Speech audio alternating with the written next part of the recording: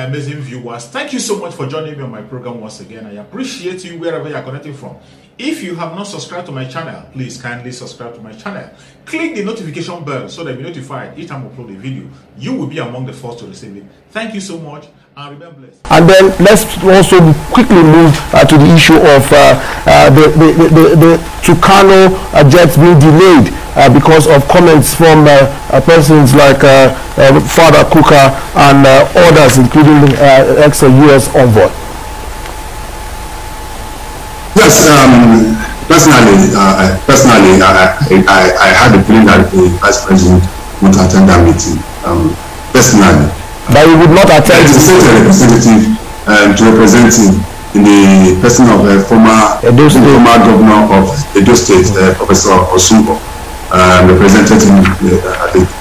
One could be that the Vice President was engaged somewhere else, or but politically, I think it would be a big clumsy. Seeing the Vice President and his political mentor, Ashoji Bola Ahmed Tinubu, at that meeting, I wouldn't know what they'll be telling themselves and the way they will be looking at themselves, as it were. So it was politically correct for him to address the representative, and I think that the representative was able to represent him. Then to the issue of the Tucano jet and his statement issued by the federal government, it's laughable, totally laughable for me, because this government seems to be getting it wrong at every core, and the lack of communication skill by the spokespersons of the president and the federal government seems to be making matters worse. Is it now that because Father Kuka came out with a statement on Easter that you now remember that he is one of those that stopped Nigeria from getting the Tucano? Yes. Is it not laughable? What capacity, what rights, what I don't know, what strength or what kind of influence does a person like Father Kuka have to stop the United States from supplying Nigeria with Tucano jet? That to me is laughable. And the earlier they start facing the reality, the better for them. They have just 21 years to go, and Nigerians gave them so much. There was so much expectation when this president was elected in 2015 and given a second mandate in 2019. President Emmanuel Macron yesterday was given another 5-year term because of the job he has done in France and because of the confidence that the people of France have in him. That was the same thing we gave President Muhammadu Buhari in 2019 to finish off his 4-year or 8-year term. But what are we having? We're having the short side of the stick, the short end of it. And what they continue to tell us on a daily basis is giving excuses for their inadequacies. Initially, they say it was the attack was the sign of a dying horse or a dying whatever, and they call it. From then they said, oh, the bandits are just in the final phase. Now we see the level of insecurity across. So it is just unfortunate that rather than facing the realities, they are just looking for where to lay the blame. But we Nigerians will know better that all this just fallacy and just trying to find a way of saving faces. All right, Chris. Lenny, so you've heard from Chris. I was also going to take up that issue, but I want you to respond to the presidency on how Father Kuka is possibly responsible for the refusal of the U.S. to supply the Tucano jets. When I saw that news on last night on the television, I laughed so deep-throatedly. The current government and its minders are just given to unforced errors, a series of unforced errors. This statement issued was unnecessary. The government of Muhammadu Buhari has had so many promises but nothing to show for it. Instead, they are bequeathing to us a legacy of self-ululation, a legacy of self-delusion, and of course a legacy of blame on others. For 5, 6, 7 years, this government kept on blaming the Jonathan administration. Now, whenever they cut the Jonathan administration some slack, they face people like Bishop Machiras and Kuka. Play your politics well. Play your international diplomacy well. If you play it well, look, nobody has had the kind of enormous goodwill that President Muhammadu Buhari had, both locally and internationally, in 2015. Hopes and expectations were so high. In fact, so much so that he had so much support at the beginning. It has taken 7 years of people seeing how inept the administration has been, not delivering on promises, basking in the euphoria of blaming others for their response. There's nothing new. The default setting of this administration is to blame others. It has never taken responsibility. This government will always find people to blame. And remember, their narrative still remains banditry. Where they started with delusion was from the outset of even their agenda before they took over the reins of power. They said they were going to deal with terrorism and insurgency within 6 months. 1 year after, the government, in its usual style, came out and said Boko Haram has been technically defeated. We've not heard that kind of grammar before. Semantics to suit their narrative. The same Boko Haram that has been technically defeated, we have what we have now. When you live in denial, that problem will continue to grow. You see early signs of prostate cancer. Instead of you to attend to it, you say no, nothing, and it ends up killing you. That's why it's grown this bad, the insecurity situation. And Bishop Kukah is well entitled to his opinion. The Nigerian Constitution 1999 as amended enables him to speak his mind. Government has the wherewithal to give contrary superior information to the US government. And remember, they have their representatives. Yeah, they are not sleeping. So if government is not doing its own, you cannot, I think they are even overrating Bishop Kukah and placing him where it doesn't do. They are making it seem like Bishop Kukah is now the president and commander-in-chief, to have the power to be able to decide for the United States whether or not to support the battle against terrorism. I wouldn't say it's disappointing. It's the default setting of this administration to blame others. Who will the administration blame for this headline story? I mean, this picture story was saying on the front page of Daily Trust, where you have villagers fleeing their homes after bandits kidnapped someone at Daba community in Abuja Area Council of Abuja just yesterday. For people to be fleeing, it means that this is not a one-off. This has been happening. Bandits are now coming into Abuja, on bikes, cutting away, kidnapping people, and doing all sorts. Now Abuja villagers flee. What is the government doing? I mean, this is like right now, right under your nose. Right under the nose of the federal government. I haven't heard the issue of this issue addressed, or when the people living around Kuje started crying out. I haven't heard anything, not even from the police. Kuje, Kwali, Buhari, Abaji. This is not new. This is not new at all. It's been happening, but mostly underreported. We have a system where you have the federal government here. You have the FCT administration.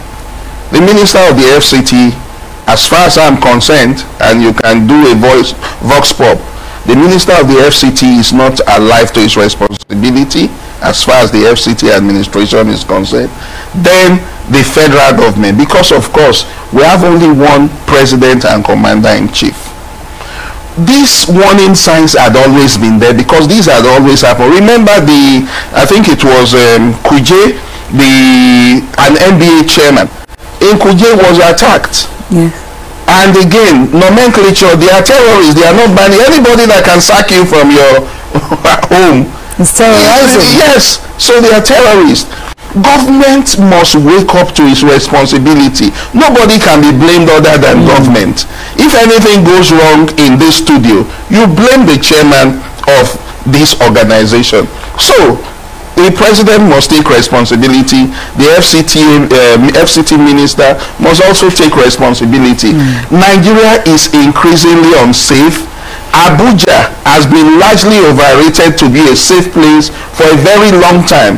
Remember, one of our colleagues, Dr. Leon Usigbe, was attacked a few weeks ago in Wuse 2 area, and they almost killed him. One of our friends, right within the city center. One of our friends of blessed memory now, because he never recovered from the attack, by Gariki Hospital. He was attacked while in his car making a call. Again, he was attacked, his phone stolen and all that. He never recovered from the injuries he got. We eventually lost him. Matthias Okwe of blessed memory. In the city center, not to talk of what goes on in the outskirts, in the various area councils, we need to wake up to our responsibilities. While Nigerians are giving intelligence to the police and to government, there's no intelligence more credible than this picture. This picture ordinarily should embarrass the president. This picture ordinarily should embarrass the minister of the FCT.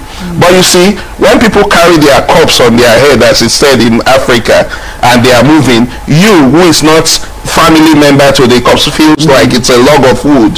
Because they feel that they have a safe haven where they are not as reactionary, as proactive. They don't need to react. Proactive enough to deal with this issue. And I continue to say, Nigerian military and the police have the capacity to deal with these issues if the political will of the leadership is there and give them all they need to do it. Speaking about the police and the army, I think there was a raid that was carried out recently in some of these suburbs in the FCT, but it's looking like it's not enough with this kind of story. The police said there was a raid. Several demolitions have also been carried out by the FCT, but it looks as if it's also not enough. Chris, you are in the southwest. This is coming close, or it's close at home now, and you know, Abaji is also on the route out of the nation's capital. For you, looking at this story, which we are looking at currently, the bandits, you know, invading one of the communities in Abaji here in the nation's capital. What do you think needs to be done? Because you continue to say that the federal government security agencies, they say they are doing a lot, but we see, you know, this kind of story still coming out, and this time now right near the seat of power. And also the president came out yesterday, taking you now to the south, also looking at what happened in Imo, coming out to say that the illegal refineries must, you know, be taken out. For you, first, in the nation's capital, what is happening? What do you think can be done? I know what you think. You are in Lagos, maybe you are safer, but what do you think we need to do differently? My brother, I was at a symposium last week, Thursday. The symposium was the speaker was the Attorney General of Oyo State. It was the law week of Lee City University in Ibadan. And one of the things he said was that the reason why the Southwest is much safer than so many other parts of the country presently is because of the Amotekun. He was so specific about it. And he said that Amotekun have been able to do a lot to be able to that prior to the coming of Amotekun, that a lot of killing, kidnapping was going on. So you can remember what happened in Ondo State, that the governor of Ondo State, wrote to me, Akedole, had to come out and stand and say that these people have to leave the forest, and everybody embrace it. So that was, and he said that protocol should be extended to other parts of the country. I remember in the Southeast, the Bubago was launched. There's nothing seems to have happened. So what am I talking about? It goes back to the issue of the constitution. We need to think that with this constitution. The issue of state policing has become much vital now than ever before. that even the former president, Olusegun Obasanjo, last week or so, said there is need for that. I think community policing is what we need now. The way the police is structured presently is not working. The military, the way it is structured is not working. What we need is cohesive collaboration with community policing, where people can be able to stay in these communities and be able to gather vital information and be able to make some of these attacks in the board. That is the solution. If we don't go down that and we continue to bury our head in the sand like the ostrich that has its body exposed, this is what we'll be getting. And actually, on a more lighter note, I would say I blame, since it's a blended period, I blame Reverend Father Kuka for the attacks in Abuja now. Since the federal government have decided to be blaming everybody for everything, so I blame Reverend Father Kuka. But the fact is that it's totally clear hole. It's what's happening in the northeast, northwest, north central. Now it is in Abuja. Let me see what the federal government will say about it. But it's rather unfortunate. Then quickly to what happened, my heart goes out to the people, the good people of Imo State, my state, on the unfortunate incident that happened in Ohaje Bema in Imo State, where over 120 people were burnt dead. I believe I was avoidable. If you start going into the stories, you'll be shocked by what has happened. This has been happening for long, and our security agencies know what. If you are from that, I'm from Imo State, so those areas is well known to me. You see tankers, empty tankers moving towards those forests every time. I'm coming out and you continue to ask yourself. Chris, I'm going to have to let you go at this point. And that is all right. Chris, thank you so very much for your insights to a lot of these issues this morning. That's why we're going to have to wrap it up. Thank you, Chris, for finding time to join us this Monday morning. I wish you the same. We wish you a fulfilled week.